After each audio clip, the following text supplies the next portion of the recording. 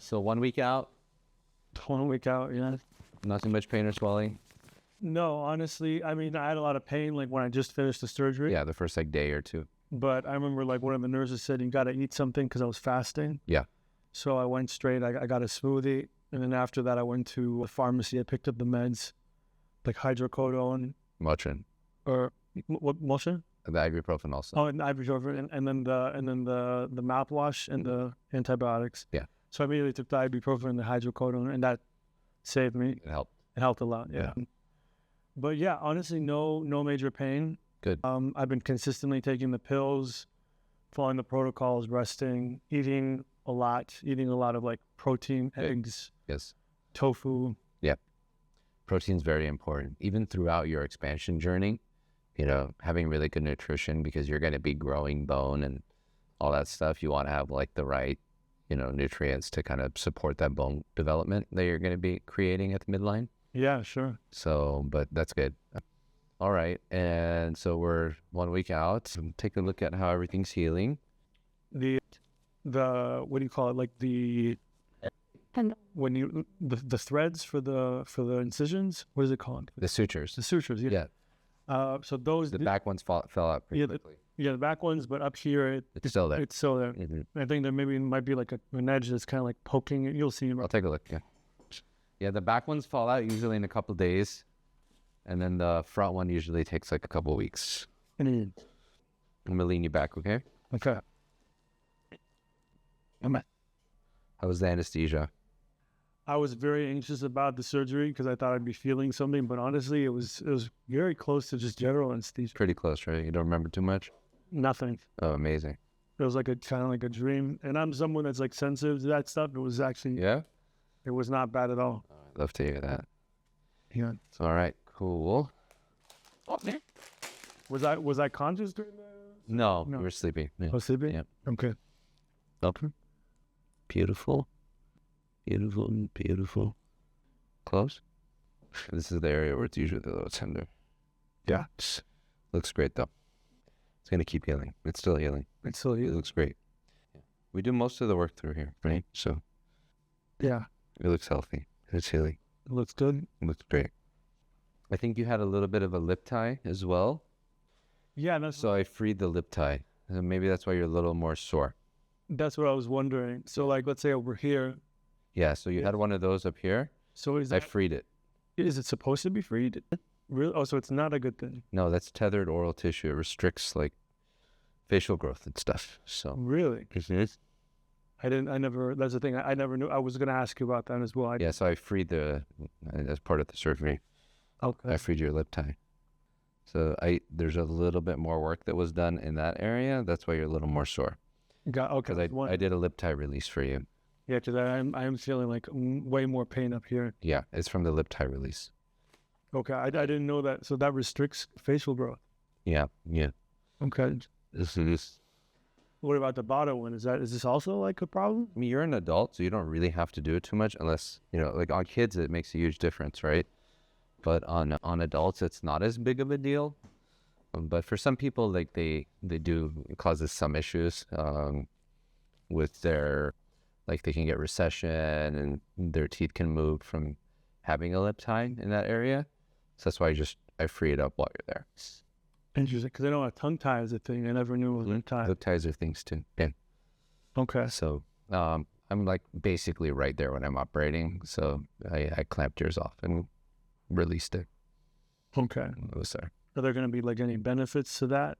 It's going to prevent you from having issues. So you're probably not going to like notice a change from that particular surgery, but over time it could have caused issues as you got older with like recession, and it can actually cause your teeth to move apart later in life. Yeah. So it's not like you're going to feel better tomorrow because I released it, but it's just going to help you have better periodontal health in the front. Okay. Right there. Yeah. Okay, that's good to know. You have some questions for me? I do. So, yeah, so the first thing was actually, so that frenum or the lip tie, that was the first thing that I was wondering. Yeah. I didn't know if that's like something that should remain or... No. Because I know when you do break the bone, then you do have to expose that area. Yeah. So... No, I did a proper frontal release frenectomy in that area. So you had like a real proper frenectomy of that tissue. Got it. Yeah. Got it. Okay. Well, thank you very much. No problem. I had a few additional questions. So one, I remember when I did the surgery, I remember that you guys mentioned that I'd be bleeding through one of the nostrils. I was heavily bleeding actually through my left nostril. Is that because of the Septum release. the septum release? And I mean, is there a reason why it went through one nostril and not the other? No, not necessarily. Not necessarily. Yeah. It can be one or the other, sometimes both. But it's from the release of the septum. Your nasal mucosa is very vascular. People get nosebleeds all the time. I'm sure when you're a kid, you remember maybe you or one of your friends just randomly getting nosebleeds. Yeah, sure. The nose is just hypervascular. There's a lot of like conglomeration of different arteries and vessels and stuff like that. Yeah. So it doesn't take a lot to cause a nosebleed, Got it. right? So when you free the septum, you're kind of traumatizing the nasal mucosa that is very vascular and likes to bleed very easily. And so you have like plexuses of arteries and stuff and veins. So when you do that, it's very common. I would say like 90% of my patients, it's usually like the first 24 hours. Yeah, exactly. Yeah. It was heavily bleeding. For like 24 hours and it stops. Got it. So once the septum is detached, at what point does it, and how, like, was it detached like through here and then Through your mouth. through the mouth? Okay. So then at what point does it get reattached? So you're going to expand Mhm. and then you're going to grow new bone and then the septum will kind of fuse to that new bone. Got it. Okay. So that happens throughout the process. So right now it's technically detached, right? It's detached. So I mean, I'm probably not supposed to like blow my nose hard or anything. You're not supposed to blow your nose for 2 weeks. Oh, okay. So not blow, okay, at all. Yeah. You're on something called sinus precautions. So you don't blow your nose. And if you sneeze with your mouth open. So you just kind of let it out. You don't want to create high pressure force of air within your sinuses. Yeah. That's for 2 weeks. So Okay. they'll blow your nose, sneeze, and pop up. Can't tell you not to sneeze, but I don't want you to hold it in. That's fine. Yeah. That's it. I mean, I've had some mucus build up, so sometimes I'm just Yeah, you can breathe it in. like, You can blow out, but you don't want to like yeah, I know what. squeeze. Yeah. Got it. Mhm. Got it. Okay. And then there's another thing that I think maybe in our past conversations, or maybe I saw it on the podcast, some people have experienced like immediate, like improvement in the breathing through the nose after the surgery. My nose is still relatively congested just because there's no, I mean, is that because Well, it's because during the surgery, you were asleep for this part, but I had you expanded a couple millimeters. All right, but then I closed you back up. You can see you don't have a diastema now. But during the surgery, I had like 2 millimeter-ish diastema around. So, just from that stretching of the nasal cavity, and then either I close you back up, sometimes just that stretch that you had during the surgery for a lot of people, they get some that nice, they're like, oh my God, I can kind of feel it already. I'm like, yeah. But they haven't really expanded yet. They just were kind of stretched. Oh. They kind of, they usually relapse, and then as they expand again, they start to feel it again. Got it. Okay.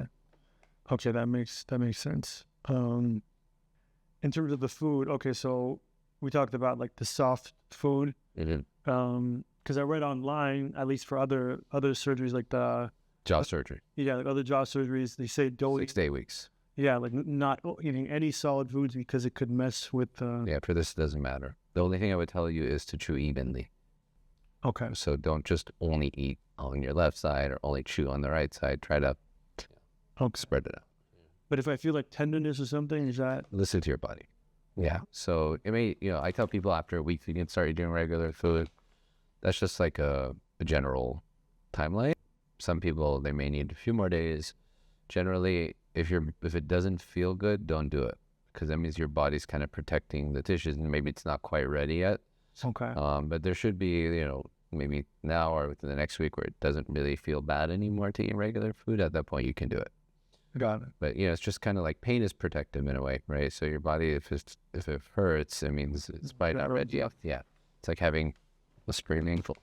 Yeah. The body's like, don't put weight on it. Yeah. Then after a while, the sprain heals and I can start walking. And it's the same thing with this. Yeah. Got it. So at some point, I won't be feeling like the kind of pressure when I'm biting on. Like if I want to get a steak or something. Yeah. If it hurts, don't do it. Okay. But after maybe a week or two, it should not really feel weird to chew.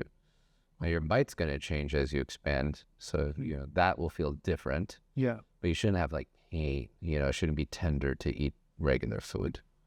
Got it. Okay. Yeah. So, all right. So I just want to make sure, because I know the jaw is expanding. The jaw is still technically broken, right? It's broken, but it's rigidly broken. Okay. You have a very strong contraption that's holding everything in place. The metal plate. Yeah, it's screwed in. So all my patients eat regular food. They all heal fine. Now, when I do corrective jaw surgery, I'm very strict about the 2-month or 6 to 8 week non-chew diet. Mm-hmm. For this surgery, it doesn't have the same limitations. Got it. The bone is broken, but it's not like floppy broken. It's kind of rigidly broken, and you can generally eat and still be fine. Got it. Okay. For the past week, I've only used that mouthwash that you prescribed to me. I didn't use any toothbrush or anything like that, because I wasn't sure if I should be putting any foreign object. Yeah, you can brush. So I can brush my teeth now. I should be brushing the teeth. Okay. All right. Where is that? And then I guess the 2 last questions. So the first one was just like exercise. Mm-hmm. At what point can I start transitioning to like higher? Yeah. Now. Yeah. So like a week off, just to, obviously your nose was bleeding for the first day. You don't want to maybe like in that day after, 2 days after that, start like running and shooting your blood pressure up too high. But usually after a week, you can go back to whatever you like to do. Okay. Yeah. Okay. I mean, I guess I might still feel a little like just because of what's going on. Yeah, ease back in. I'm not telling you go back to running a marathon if you were running a marathon a day before. You can kind of ease back into it, but you're not going to hurt anything. So you can just ease back into your comfort. Okay. You're trying not to clench. Okay, no clench. Yeah, trying to. So like maybe don't try to hit your max bench press or. Yeah. Yeah. No, that's fair. And then the last question was, okay, so I guess in terms of the cranking. I'll show you how to do it. Yeah, so that, and also, I guess I wanted to get like a little more clarity on the timeline. So right now the jaw is broken. So for the next X weeks, we're going to be cranking. Yeah. And then the cranking stops. Yeah. And that's it. And the expansion is done. And then everything after that is just alignment, essentially, or like perfecting the thing with yeah. Right. Yeah. So you're going to have like 2 phases of orthodontia with Dr. Yu. All right. The first one is what we call like the aesthetic diastema management, which is going to be closing your diastema as you're expanding so you don't get a big gap between your 2 front teeth. While he's doing that, he's obviously going to be trying to upright your lower molars so that as you skeletally expand on top, he's orthodontically expanding on the lower by uprighting your lower teeth that are tipped in towards your tongue. He's going to upright them straight. After that, he'll probably rescan you and then do like a kind of final alignment. So they do like just refining the bite a little bit, getting the teeth to intercuspate perfectly and stuff like that. Yeah. So it's kind of like, is usually about 2 phases. First phase is just kind of expansion and controlling the diastema. Second stage is going to be just refinement. So how long is each stage? Expansion obviously is going to vary patient to patient, how much we end up expanding them. So I don't know if Dr. Yu, I forget if he does 1 to 2. It's probably somewhere between 1 to 2 millimeters of expansion per month until we get to your goal. Okay. Right. Once you're done expanding, then we go into a retention phase. So you expand and then you have to hold it for about 6 months for your bone to finish filling it. Got it. So there's what we call it the consolidation phase. So you distract and then you have to wait for the bone to consolidate, become strong. Otherwise, if you remove things too soon, you can relapse. We don't want that to happen. Got it. Now, during that consolidation phase, we'll remove about half the marpy out of your mouth, so you have less metal in your mouth, and you'll be continuing with orthodontics. After the 6 month of the consolidation, we'll remove the TADs, marpy comes out, and you've had a permanent change. Got it. Okay. And then I guess, so just to clarify, so right now this is essentially holding my whole jaw in place. Yeah. Like if this wasn't me, then my jaw would just be... No, it wouldn't, this jaw wouldn't fall out. No, not fall out. That's why this is different than jaw surgery. In jaw surgery, if the plates weren't there, the jaw would literally just flop around. With this, it's broken where we want it to be broken, but it's not like super floppy. If you want to move it, you have to force things to move. That's why you can eat regular food, because the fact that it's that kind of broken where you still have to really force things to move plus you have this rigid device that's anchored into the bone, Yeah. you can eat regular food. Got it. But in jaw surgery, we like totally disarticulate the jaws. So, the plates are literally all that's holding it there. So you don't want to eat and put force on that. That makes sense. That makes sense. Like if I took this out right now, your jaw would basically stay in the same place. Okay. Just minus the cuts are there, but the jaw's not like totally disarticulated from your skull. Yeah, like we do with jaw surgery, where we like literally break it, we make it floppy and move it, and then plate it. Yours is just broken, but kind of stays there. Got it. And then you force it apart.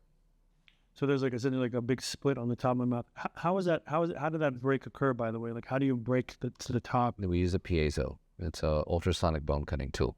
It lets you cut through bone very delicately and precisely, and it's non-traumatic to soft tissues like gums, nerves, palatal mucosa, stuff like that. Got it. So did it just like go all the way back? Yeah, I have a really long blade. It was all the way back. Wow. Okay. Okay. So, but otherwise, so everything looks good, and it's That's great. So I'm going to show you how to use the device. Okay. And then I'll have you wait one more week for the tissues to heal a little bit more. Okay. So it's not gonna be. I'm going to show you how to do it, but just wait one more week before you actually start. Okay. Yeah. Okay. The doctor has that special training protocol, right? Yes. So after this, I'm gonna go to his. Oh, perfect. He'll probably show you how to do it. Okay. But I can show you too.